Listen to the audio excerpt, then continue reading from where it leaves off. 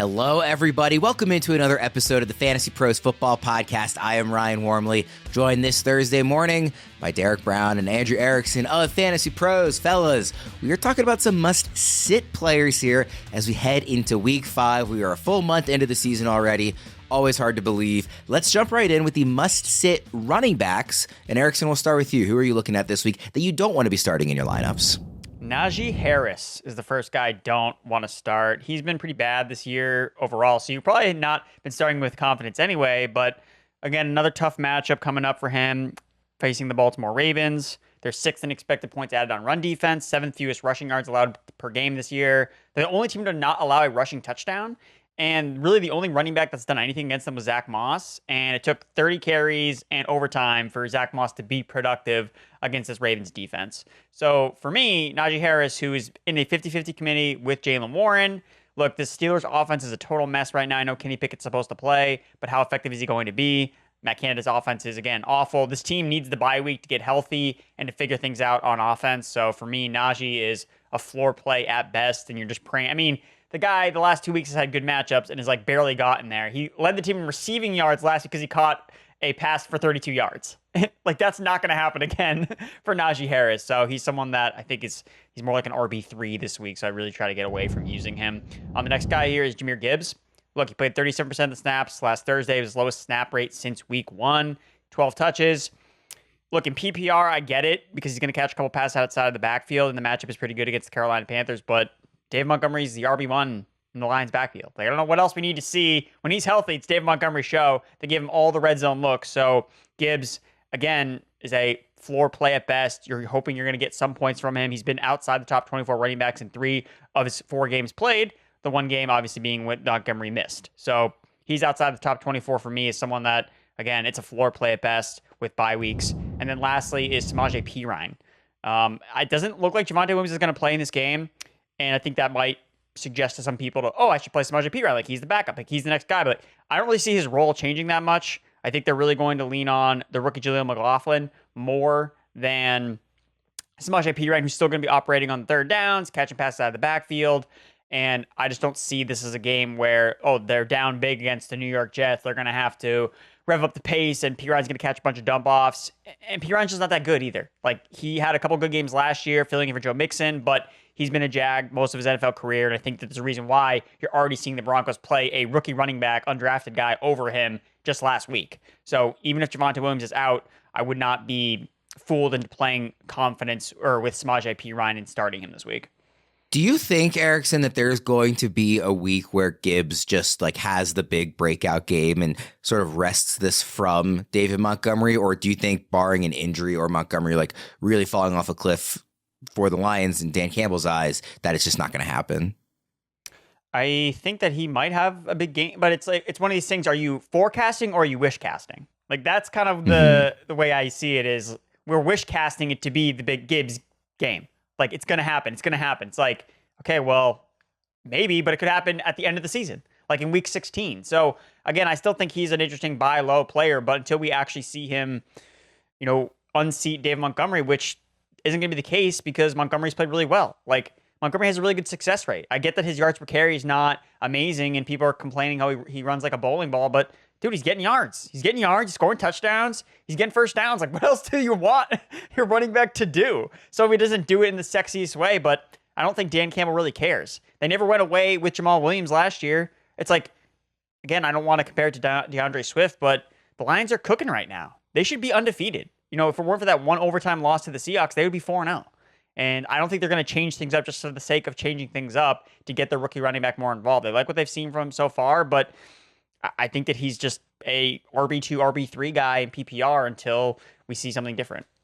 Let's go into our Who Should I Start tool. This is free to use for anybody at fantasypros.com/start. It's a player comparison tool. Every time I ask about a couple of players and give you the percentages of how many experts are picking one side versus the other, this is using that tool. We're using the half PPR setting on that tool. So, Erickson, would you rather start this week, or I guess I would say, would you rather sit this week, Najee Harris or Miles Sanders?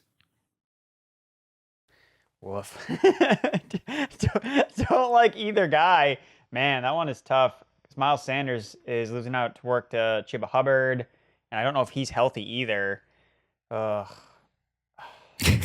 guess Najee. I don't want to play running backs against the Lions. Like, the Lions have been a really good run defense dating back to last year. So, and Sanders is already, I guess I'll just play the healthier guy in Najee. And I guess if you look at some advanced metrics, he's apparently become the super explosive running back, even though if you just watch the games, like, I don't think that he is explosive. He just had a couple big runs. So I guess I would go towards Najee begrudgingly. How about Jahmyr Gibbs or Dameon Pierce? Dameon Pierce for me. I think it's just a volume play. You're more confident in him just getting volume. And then lastly, this one is exactly 50-50 in the tool. So break the tie for us. Samaje Perine or A.J. Dillon? Oh, God. A.J. Dillon. No. Oh. See, A.J. Dillon's going to go off now because he's playing the Raiders and everybody hates him and dropped him the past week. I guess I'll just go with Perine. All right. Well, thank you for breaking that tie. D-Bro, really quickly before we get to yours, Perine or Dillon, would you agree with Erickson there? Yeah, I'll go Perine on that one. It's gross. The only reason I'm going Perine is because I think Sean Payton wants to go Perine. Like, after Javonte went out, it was Perine's show, or at least he played 60% of the snaps, and I'm like, it's gross, but yeah. Ugh. All right, D-Bro, give me your 3 must-sit running backs in Week 5. I'm going to start this off with, we do not need to be playing running backs against the Tennessee Titans. So whether JT plays this week or whether it's Zack Moss, I don't want to play either one of these guys. I get if you have to, and if you have to, seriously temper expectations. We've seen what this looks like. People rush to play Josh Kelly and Jerome Ford versus the Tennessee Titans. How'd that work out for you? Not good? So either one of those guys, I really want to sit if I can. The other guy is Isiah Pacheco. And I know that I'm saying this, and Isiah Pacheco is coming off a monster game, 158 total yards, but going against the Minnesota Vikings, look, their secondary might not be great, but their run defense has been. 3rd lowest explosive run rate allowed, 6th lowest yards after contact per attempt. I think this is a game that the Chiefs want to move the ball. They're going to have to do it through the air. So if you've got better options at the wide receiver position or where have you to play in the flex over Pacheco, I think you need to do it. The last guy I'm going to bring up here is, I'm sitting Miles Sanders.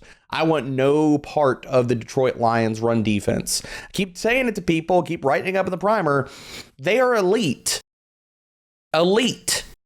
This run defense needs to be discussed in the same way that we talk about Tennessee. We talk about San Francisco. Run defense is where we're like, oh man, I don't want any part of that. 5th fewest fantasy points per game allowed to running backs. Yeah, I cannot play Miles Sanders, especially after last week when he lost work, like Erickson brought up, to Chuba Hubbard. And whether you want to say that's health or effectiveness, either way, it could be one and the same. But I don't want to have anything to do with Miles Sanders this week. I want to ask you, since you brought him up, specifically about Jonathan Taylor. We actually have a poll up on yesterday's episode on Spotify. Everybody can go vote in that and share their opinion here. It's about Jonathan Taylor. And the poll is, Jonathan Taylor returned to practice on Wednesday. He's 27th in the Week 5 consensus running back rankings. Is that too low, too high, or just right? So I want to get both your opinions on that. D-Bro, RB27 for Taylor. I know you want to sit him because of the matchup, but is RB27 too low, too high, or just right?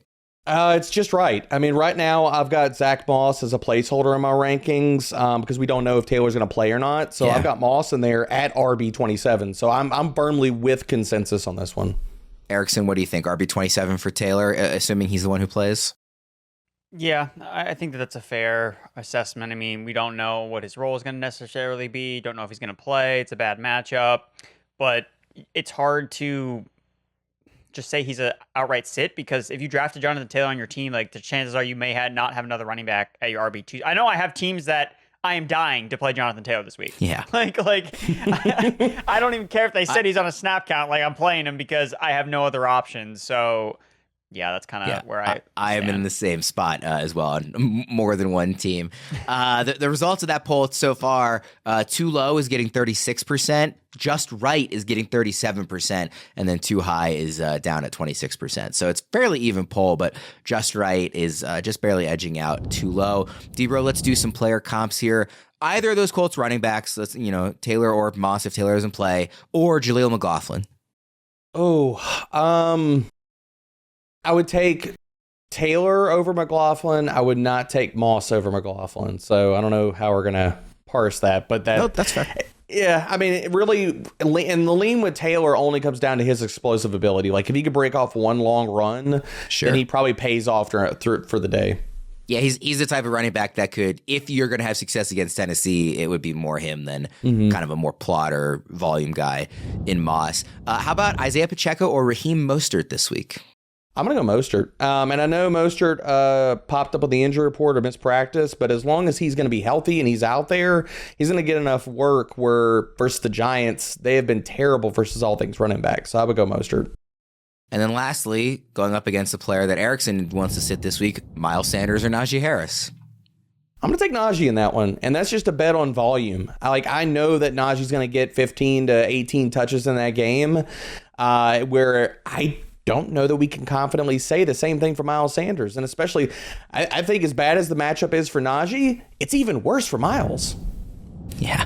For all you fantasy players looking for something new, Fantasy Sports Evo offers a unique twist to daily fantasy sports. They offer a variety of contests where you select teams, not players, to build your fantasy lineup and compete for cash prizes. No need to worry about a player injury ruining your lineup. No sharks. Evo's single and limited entry contests help ensure fair play. No salary caps. Select any teams you like. Super easy, super fun, and for all sports fans, teams are selected for specific scoring categories, and points accrue from individual player statistics for that category. Just choose your contest, pick your teams, and watch as your lineup climbs the leaderboard with our live scoring. So join Fantasy Sports Evo today and claim your 100% deposit match. Terms apply. Visit FantasySportsEvo.com or download the app, available in both stores, and start winning today. Again, that's FantasySportsEvo.com. Erickson, must sit wide receivers. Who you got? I'm going to start across the pond here. Christian Kirk playing in London against the Buffalo Bills. I don't like the matchup.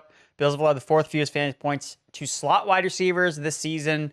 Starting slot cornerback Teron Johnson's been pretty good this year. Ranks third in coverage snaps per target, with teams shying away from him. He's with him providing some tight coverage against some of these slot wide receivers. We have the potential for Zay Jones making a return. He's been limited in practice so far this week.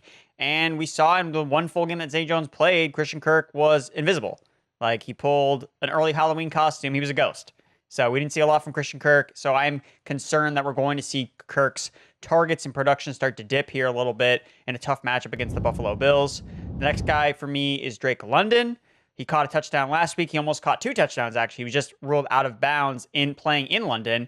But I don't like the matchup here either against the Texans defense. Very stingy against wide receivers, allowing the second fewest fantasy points per game to the position.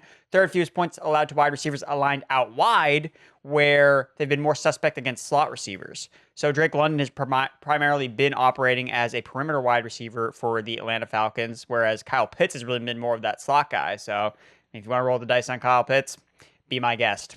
But again, it's another tough spot where it's just hard to trust a lot of these Falcons receivers, especially now that the matchup is not necessarily great. So he needs a touchdown basically to kind of salvage his day, as he's done this season. And no team has allowed a lower passing touchdown rate than the Houston Texans. So probably not a spot to chase a score for Drake London.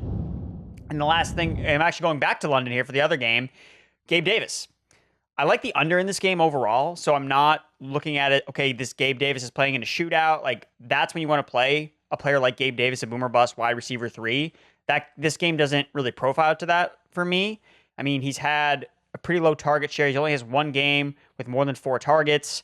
He has 3 touchdowns in 3 consecutive games. So it's like, all right, well, he's going to turn back into a pumpkin eventually. So I think I would try to get away from Gabe Davis. I kind of view him as like a sell high candidate. You can ship him off because he's not getting a lot of targets, kind of like what we saw last year. He's just running hot on touchdown production. So some tough cornerbacks for Jacksonville on the perimeter between Darius Williams, Tyson Campbell. I think they can do enough to slow down Gabe Davis. So I think this is a week where we're going to see him be that bust as opposed to the boom we've seen the last 3 weeks. It's the all London grouping of receivers for you. 2 guys playing in London and 1 guy named London. So I appreciate you staying thematically, together there. Debra, I want to ask you on Gabe Davis. I feel like he's somebody we haven't actually, for despite the fact that he's ranked in the range of players we would usually talk about on this show, I feel like we haven't actually talked about him that often week to week. What do you make of him so far this year and in this matchup specifically? Yeah, I mean, this basically it's Gabe Davis. You play him versus teams that struggle versus deep passing, and that is definitely not this matchup. So I'm with Erickson on the fact that you need to be sitting him and shying away. It really comes down to, and I used to say this all the time with MVS, it was like, is the team versus bad versus deep passing? Okay, play MVS. Yeah, are they good versus it? Okay, sit MVS. It's pretty easy. Same thing with Gabe Davis. And I love the fact that Erickson's bringing up all these Halloween references throughout the show. It makes me want to go out and buy some Halloween candy right now. We are in that time. I mean, it's only a couple of weeks away. Spooky season. I'm not gonna have any. Everybody yelled at me for all of my movie takes. I'm not gonna have any hot Halloween candy takes. Candy is just objectively good. Darn. I'm not gonna dump on anybody who I'm a chocolate guy. I was ready for the comments too, man. I'm ready for you to come in here and be like, you know what? I am a chocolate guy over any sort of sour or fruitiness, like chocolate. And I actually don't really like caramel that much, but in general, Halloween candy good. I'm not gonna hate on anybody who likes any sort of favorite. Erickson, Christian Kirk or Christian Watson this week? I'm gonna go with Christian Watson. I like, again, he's another boomer bust kind of wide receiver that I like in this matchup against the Raiders. Playing in a dome, the Raiders can give up a lot of big plays. Raiders are one of these defenses that they have one guy in Max Crosby that's doing everything on defense, and if the team can stop him, then they have no shot of stopping the offense that they're facing. So Jordan Love has been super efficient this year. I think adding that explosive element to Watson to that offense, I think it's a good match. So I will go with the Christian Watson over Christian Kirk. Drake London or the guy who had a breakout last week, Michael Wilson? I think Michael Wilson's actually an interesting start this week. I think that the matchup against the Cincinnati Bengals is pretty good. I'm not afraid of their secondary, and Michael Wilson's just been on the upward trajectory. He has a full-time role playing in that offense.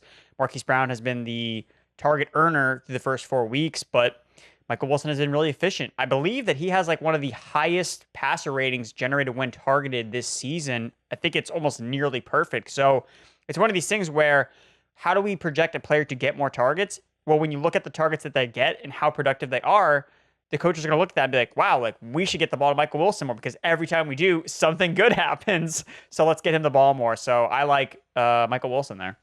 You are going against the tool there. Under 10% are picking Wilson over London, but I actually think that's the right call too, given this week. And then lastly, Gabe Davis or DeAndre Hopkins this week? I think DeAndre Hopkins has the safer floor, and he's also playing a pretty bad secondary. So Please tell me this is not close in the tool. Please tell me that. That one was 3/4 go towards Gabe Davis. They're ranked close together. Really? But most people, yeah, Gabe Davis about 77%, DeAndre Hopkins about 23%. They're ranked very close, but more people are picking Davis. That's being a prisoner of the touchdown moment. I think it's probably more related to just upside. I mean, is Hopkins ever going to catch a touchdown from Ryan Tannehill? He will this week versus the Colts. Calling it.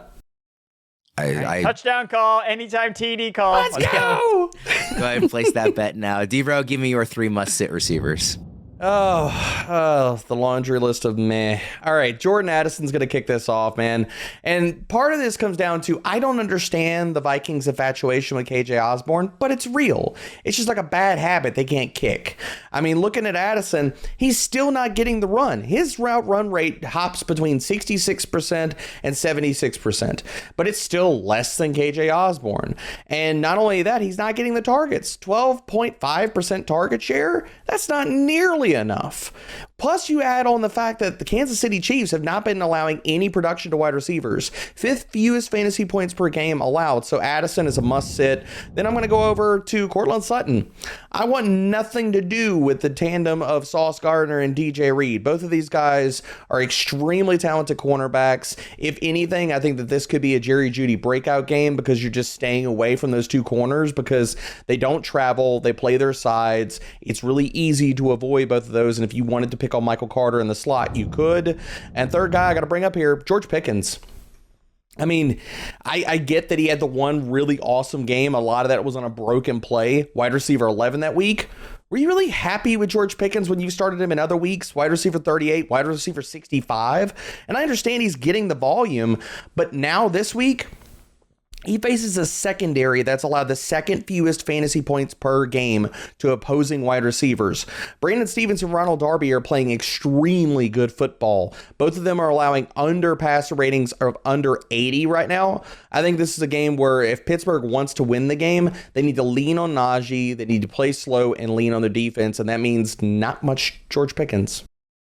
Yeah, it's funny, you including Addison here, D-Ro, because if you remember on just last week's Friday show with you, me, and Fitz, our key question for the Vikings game was, is Jordan Addison kind of slowly becoming a must-start receiver? And now here we are 1 week later. Not only is he not a must-start, he's actively a must-sit, according to you. So that was a disappointing turnaround. Yeah, I'm with you on sitting Pickens. I know that the Ravens secondary, I don't think Marlon Humphrey will play, and that is a trouble for them. But they've played so much better than we expected. They should get Marcus Williams back at least. The defense is just playing so well despite the injuries, and now they're getting healthier. It's really hard for me to pick a player in a struggling offense going up them. Their corners are playing so good. Their corners are playing so good. So much better than I had thought they would once. The fact that they can rotate all these guys in just off the street, like Brandon Stevens is playing good. Ronald Darby, yes, that Ronald Darby is playing really good football right now. And Rockison, when they brought him in, legit, they go out and they pluck corners off the waiver wire and stuff and say, hey, you fit our system. And they come in, they always play really good. So Pickens. Brandon Stevens, I've been so impressed with. He's been awesome. Yes, he is balling out, man. Yeah. A couple of comparisons here. D-Ro, George Pickens or Adam Thielen this week? I'm going to go Thielen.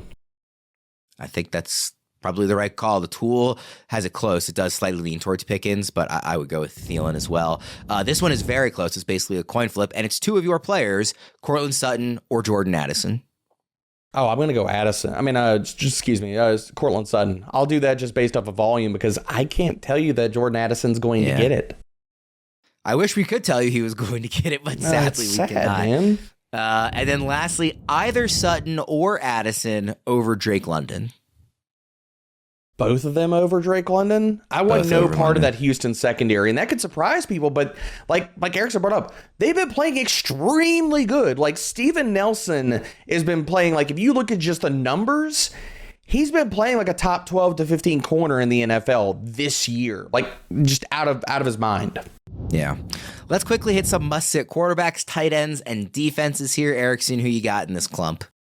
All right, I'll start with the tight ends and DSTs because those are not that fun to talk about. And my quarterback one is spicy, so I'm saving the best for last. So I'm going to sit Hunter Henry. He's playing the Saints. Look, I get that Cade Otton caught a touchdown against the Saints last week, but that's Hunter Henry's game. Hunter Henry has to catch a touchdown or he's not going to do anything for your lineup. And looking historically back at the Saints, so they gave up a touchdown to Cade Otton last week. They gave up one touchdown to Cade Otton last year. They've given up 3 total touchdowns to tight ends since the beginning of last year. 2 have gone to Cade Otton. So unless your name's Cade Otton, you don't want to play the Saints because you're not going to score.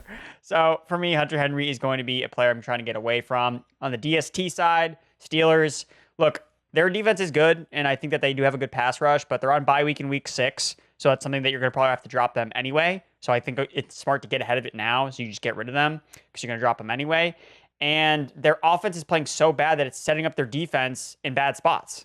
Last week, it's just not a good situation for the Steelers DST. So I don't really want to play them. And like I said, they're on a bye week, so I would try to get away from them. And the Ravens offense is starting to heat up a little bit, so I would get away from them. And then at quarterback, my sit is CJ Stroud. He's playing on the road this week against the Atlanta Falcons, who I think, again, we talk all about how bad their offense is, and it's bad. But and it sucks because their defense is actually finally good. Mm-hmm. Yep. So all these years of just picking on the Falcons, it's wow, now the defense is finally good, and now their offense sucks, because that's, of course, how things always shake out. But they've allowed the second fewest yards after the catch, and that's really what has been a big part of why the Texans offense has been so good. Nico Collins leads the NFL in yards after the catch. You look at CJ Stroud, a lot of his yardage, almost 50% of his total passing yards have come after the catch. So yes, has he been good? Of course. But a lot of his yardage is getting tacked on because defenses aren't making tackles on the receivers he's getting the ball to. They are running free in space and creating more yardage for him to get more fantasy points. They also rank 4th in pressure rate, 3rd in quarterback knockdowns. So the thing is, the Texans have faced teams that have had good pass rushes, but not teams that have good pass rushes and good secondaries. The Falcons have a good secondary. That Jesse Bates is balling out based on the contract that he signed. Like, he's earning that money that he got from the Falcons in the offseason. Jeff Okudah has played really well the last 2 weeks. AJ Terrell's actually playing like a stud cornerback. So going on the road, everyone's talking about how great CJ Stroud is. I think we're going to see a little bit of regression from him here in this matchup. I know it feels weird to try to bench him in this spot because he's been so good, but just looking at the specific matchup, like, I just don't see this being a great spot for CJ Stroud to really continue his hot streak. I think we're going to run into a little bit of regression here just based on the defense he's facing. D-Bro, you might be the only person who loves Stroud more than I do. What do you think about this pick? I don't disagree with it, man. I love Stroud, but I've got him at QB 13, and I'm probably going to bump him down just a little bit more in my ranks. Like, there's so many guys around him. Like, and Erickson's absolutely right. Now, there's a guy that when we talk about must starts eventually, I want to bring up because I think the matchup is good in that game. But for CJ Stroud overall, Erickson hit the nail on the head, man. Like, their two outside corners are playing extremely good. And there's just a lump of guys I would rather start over him this week. Like, give me Brock Purdy. Give me maybe Sam Howell, as crazy as that sounds. Jared Goff, a lot of these other, Matthew Stafford, and a lot of these other quarterbacks that were, people might not like these names and they probably are sitting on the waiver wire somewhere. But as much as I love Stroud, this is a very tough matchup. Erickson, the player comp I've got here is CJ Stroud or Jordan Love. Oh, Jordan Love. Yeah, about 2/3 are voting for Love, so they should. Yep, they're agreeing with you there. D-Bro, quarterback, tight end, and defense. I do not want to play Dak Prescott at all. Not now. I don't know if any of the rest of this season. He has been abysmal this year. It's been bad. QB 24 in fantasy points per game. He has not finished higher than QB 17. Mike McCarthy's got his way. Dak Prescott is a game manager. They're just going to run the ball. Doesn't matter. He ain't going to pass the ball. Doesn't matter. We don't like to score points. We win by not scoring points. We win by not giving the team give the ball. It's how it's going, man. And then you look at this matchup this week versus the San Francisco 49ers. Second lowest yards per attempt, fifth lowest passer rating allowed, seventh fewest fantasy points per game allowed to quarterbacks. No, Dak Prescott. Evan Engram, next guy I'm going to bring up here. And I understand if you have to start Evan Engram. I get it. Tight ends, ugly. Gotcha. I'm just saying, temper expectations. If there's a streamer out there with a really good matchup, I'm not against you playing them over Evan Engram. And this is not just like, okay, getting too cute. This matchup versus the Buffalo Bills is terrible. Mike Milano, when he's been around, active, tight ends don't do anything. Their cover linebackers are fantastic there. Evan Engram is going against a defense that allows the seventh fewest receiving yards to opposing tight ends, 0 touchdowns.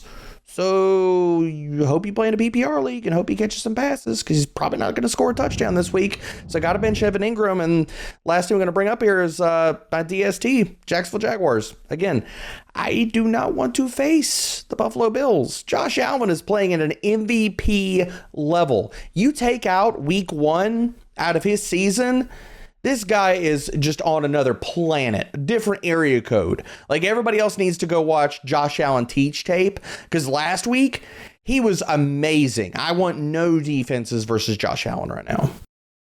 Erickson, I know on our TikTok live that we did earlier this week, we talked about Evan Engram as top 5 tight end the rest of season. So what do you think about his ranking here? Well, Derek talked about how he's not going to catch a touchdown. Well, he hasn't caught a touchdown all year, and he's been tight end 7, tight end 9, tight end 7, tight end 10. So that's fair. I mean, I would that's because the position is a poo-poo platter, man. Right, that's fair, but he's also had 5 catches in every single game, at least 5, and at least 49 receiving. Like, he's been super consistent. Like, and that's, for me, enough of a reason to keep playing a guy. Like, why take him out of your lineup? I get that the matchup's not ideal, but that matchups can be somewhat skewed, especially at tight end, where it's like, well, did you play a team that uses their tight end? And Hunter Henry had fun. No, it wasn't Hunter Henry. It was, I thought there was a game that the Bills played earlier this year. They gave up a touchdown to a tight end, but that must have been with Milano not active, because I don't think that he's played all the games this year. But regardless, I just think that Engram has been consistent enough to earn I think you just keep playing him, because I think that getting targets is, that's enough for a reason to play a guy at tight end. I mean, the Bills this year, 0 touchdowns allowed to tight ends. Last year, oh, look at that. 0 touchdowns allowed to tight ends. But again, like Evan Engram hasn't caught a touchdown yet this year. And he's That's still fair. been a top 10 tight end every single I'll week. say this.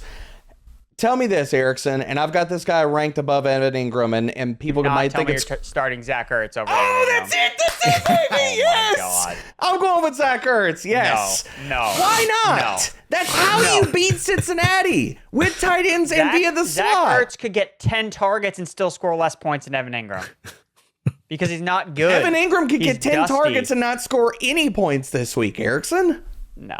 Zach Ertz is the biggest trap of all traps at tight end this week. I'm telling you right now. The dude had 1 catch going into the fourth quarter. Okay. Fantasy One points catch last week. Fantasy points, half PPR this week. Evan Ingram versus Zach half Ertz. PPR? Oh, you easy me. money. Yeah? Evan Ingram. All right, I'll take Ertz. You're gonna make me do this. This is so gross. I'll take Zach Ertz. In the expert consensus rankings in half PPR, Evan Ingram is tight end 7 this week, and Zach Ertz is tight end 11. So that's across the whole industry. In our rankings, Go Evan Ingram. Don't let me down. Come I on, made him draft Ertz. season. Let's go, baby. Riding him right now. Let's oh, go. Bones, I need him. Let's go. Very quickly, D-Bro, before we wrap up, the comparison I wrote down is at the quarterback position. And it's actually a 50-50. Dak Prescott or Josh Dobbs this week? Oh, I'll take Josh Dobbs. That guy's been putting up numbers and running. Yeah. Dak Prescott's not doing either one of those things. Yeah. Quick recap here. The must-sit running backs: Najee Harris, Jahmyr Gibbs, Samaje Perine, Zack Moss / Jonathan Taylor, Isiah Pacheco, Miles Sanders. Must-sit wide receivers: Christian Kirk, Drake London, Gabe Davis, Jordan Addison, Courtland Sutton, George Pickens. Quarterback at CJ Stroud and Dak Prescott. We're sitting Hunter Henry and Evan Ingram at tight end. And we are sitting the Steelers defense and the Jags defense. For D-Bro and Erickson, I am Ryan Wormeli. We'll see you again next time.